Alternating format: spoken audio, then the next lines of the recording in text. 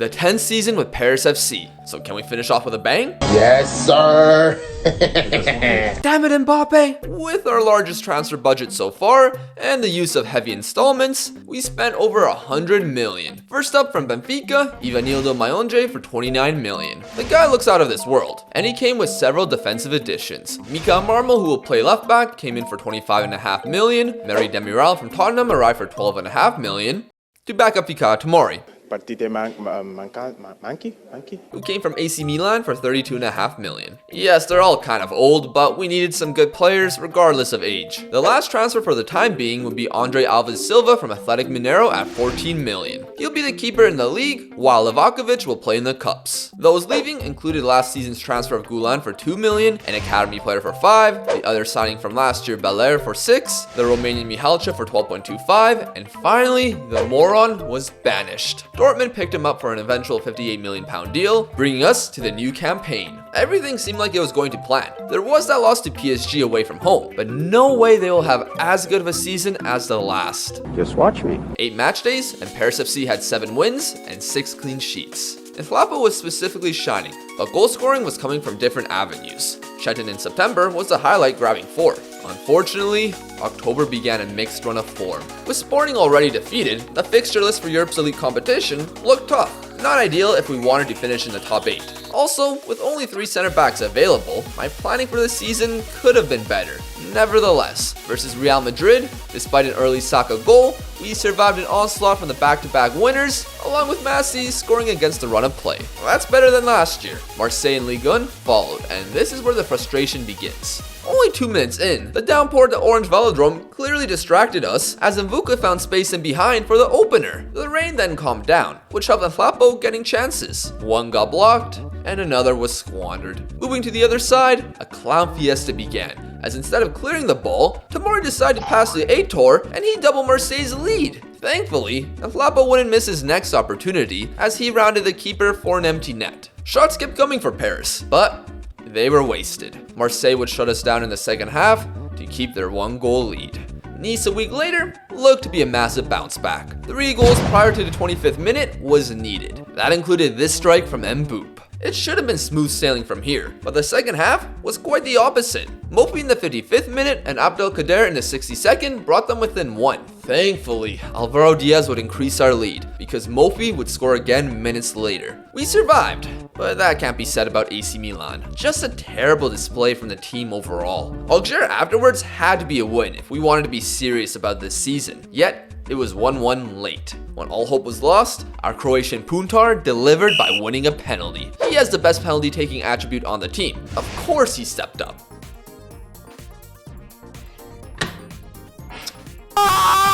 A draw with Chroo's mortal enemy Monaco happened after a win in the Champions League versus Slavia Prague. That match saw Inflapo exchange goals with David Oliver, who, by the way, I wish I could right-click delete his ass from the game. Sorry, I'm just really annoyed at being 5 points behind Monaco and PSG. And also for missing another penalty. This one versus Juventus. Like really, why are we shooting it down the middle twice in a row? Juventus were dangerous, but not clinical. Alvaro Diaz on the other hand, was. As the game went on, Vitor Roque would throw away big chances, and Yanis Hardy would secure the dub late. Then came some deja vu. Facing off with Metz, just like in the Auxerre match, it was 1-1. Not really sure how we allowed this much space for their attack. Nevertheless, continuing the deja vu, we won a penalty in the last 10 minutes. This time, I picked Nwanwe. He scored in a penalty shootout versus Monaco, so he's got to get the job done. He seems composed, he seems ready. This has to go in. Oh my gosh. Poor man. Tears. Professional footballer, you said. Let me introduce you to our new training regime. The month of December saw Dijon defeated, followed by draws to Napoli and Lyon. I'm sure I was frustrated by these draws, but I'd rather not relive it again. 9 points behind first is not how I envisioned this campaign to be. Anything that could go wrong did. January was the perfect encapsulation of that. Lille and us put out an incredible show. So many chances for both sides, and each achieving at least 3 expected goals. So you'd expect our first goal to come well before the 81st minute, and be one of these several shots. No, our former keeper Tenas was pulling off his best Ochoa impersonation and would only concede this banger from Hardy. He stood on his head to win Lille the game and got a 9.1 match rating. Pain.FM number 2, we won our final 2 Champions League fixtures versus RB Salzburg and Celtic. Not so painful, and during the Celtic game, it showed that we jumped into 8th place, meaning we would avoid the playoff. The game ends, Chroo was feeling good, and we finished in 9th.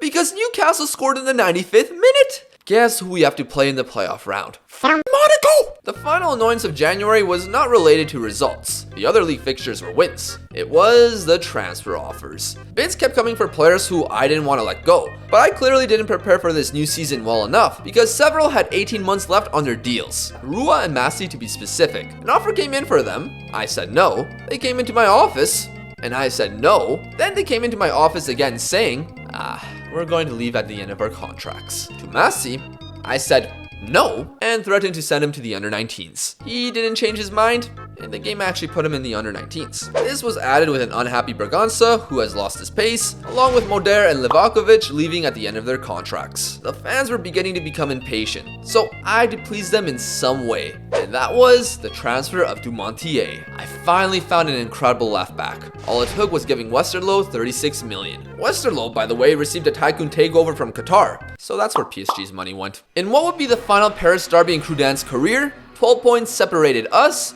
and PSG. In order to get that victory, I had to devise a plan. This. Why? Backwards S, zigzag, Donkey Kong Country map, whatever you want to call it. My other plan? Does Mboop start? They are tired. It'd be perfect for Mboop to be subbed on 65th minute and to get the game winner. Le plan was working as PSG were awful. Mboop would come onto the pitch, and after returning to the 4-3-3 since we were on top, Dumontier on the attack, finds Orion, and boom! Yes! For the first time ever, PSG were defeated while Mboop had a higher rating than Mbappe. Things were beginning to look good. Now can that continue into the Champions League? Monaco defeated us in the Champions League semi-finals last year, so we now have an opportunity for revenge. Here we go. Oh, our new signing. Oh my, no! What? A thing I've learned about Mflapo after this season was that he's not particularly fond of big games. Also, the big games in the scout report only appear when the player turns 22. So of course, in a match we were dominating, we lost because David Oliver scored on us. One of his 52 in all competitions. Yeah, you heard that right, 52, which was more than Mbappe and Haaland. In the second leg, all we could do was continue creating chances and hopefully convert them while stopping Oliver. Things were in our favor at halftime, but we saw nothing of note. Moder was starting though, and if you remember, he doesn't have the best pass with Monaco. Still, when it matters the most, in the Champions League, the big pole showed up and equalized the aggregate scoreline. Then, in the 79th minute, corner kick, Diaz? Yes! Let's go! It's always Diaz. Not as many goals compared to the previous campaign, but he still has that clutch factor. That goal was the difference maker, as we eliminated last year's Champions League finalists and our bitter enemies. The round of 16 had Napoli, and it was simpler than our previous encounters. 3-0 in the first leg, and 0-0 for the second. We were looking good, especially after a 3-0 victory over Marseille. Yet, the gap to PSG just seemed too large. Setting our focus to the French Cup, we found our way to the semi-finals, where we have to play Monaco again. The only thing I want is for you to disappear, go away, leave forever. Another opportunity to get revenge, this time for that French Cup final. However, it wasn't looking good. Mflapo's goal was ruled offside, and Monaco would open the scoring from a set piece. A rebound tucked home by this Belgian kid named Malandane. David Oliver would of course also get on the board to double their lead. Not really sure how we went from 3 guys on Oliver to none. Mflapo's goal before halftime gave us some much needed hope. We were at home, and it was the final season at the Stade Charletti. The boys knew this, and couldn't allow Monaco to embarrass us here once again.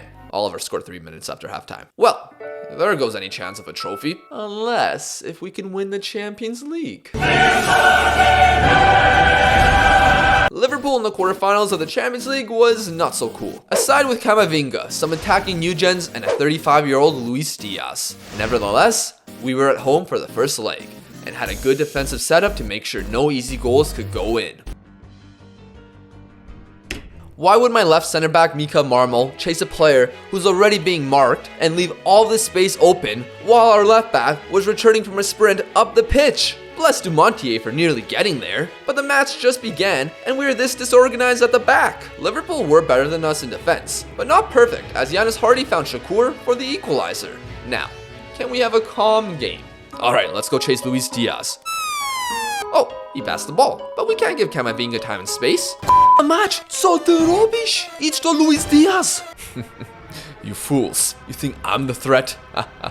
Ruben, do it. The 3-back was not working, so I returned to the 4-3-3. Dumontier had knee ligament issues, which brought on Michael Masi. He wasn't in the under-19s for long.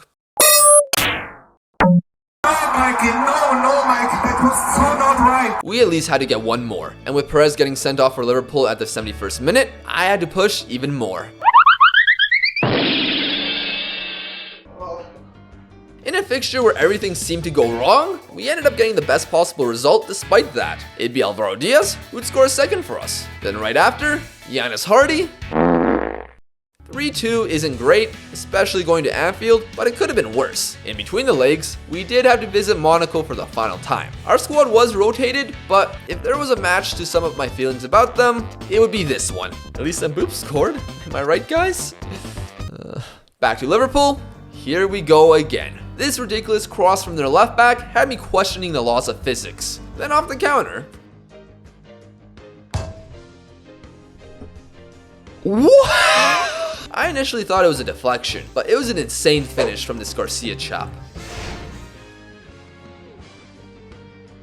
And Flapo found a goal after the half, but Liverpool's resolve was too strong, ending any hopes of happiness. While winning every single match for the rest of the season was cool, it all felt empty. 80 points was the most we received in the save, and there were some really great performances on this team. Unfortunately, the drop points in the first half of the campaign didn't help us. Ever since Wilfried Nancy joined the Parisians, they've leveled up despite having the oldest squad in the league and having their funds reduced twice. This era could have been much better if it wasn't for Monaco. Whether it was in the French Cup or European football, they never gave us an easy time. And for the vast majority of the save, it was just heartbreak. Maybe we got promoted a little too late, maybe I didn't bring enough star players, or did that, but too late. This has been my longest FM save I've done since FM 18, well before this YouTube and my Twitch. While I didn't achieve everything I wanted, only one team can win, and in France, that's PSG. For Zinedine Zidane, at least he can say he has the same amount of European trophies as PSG.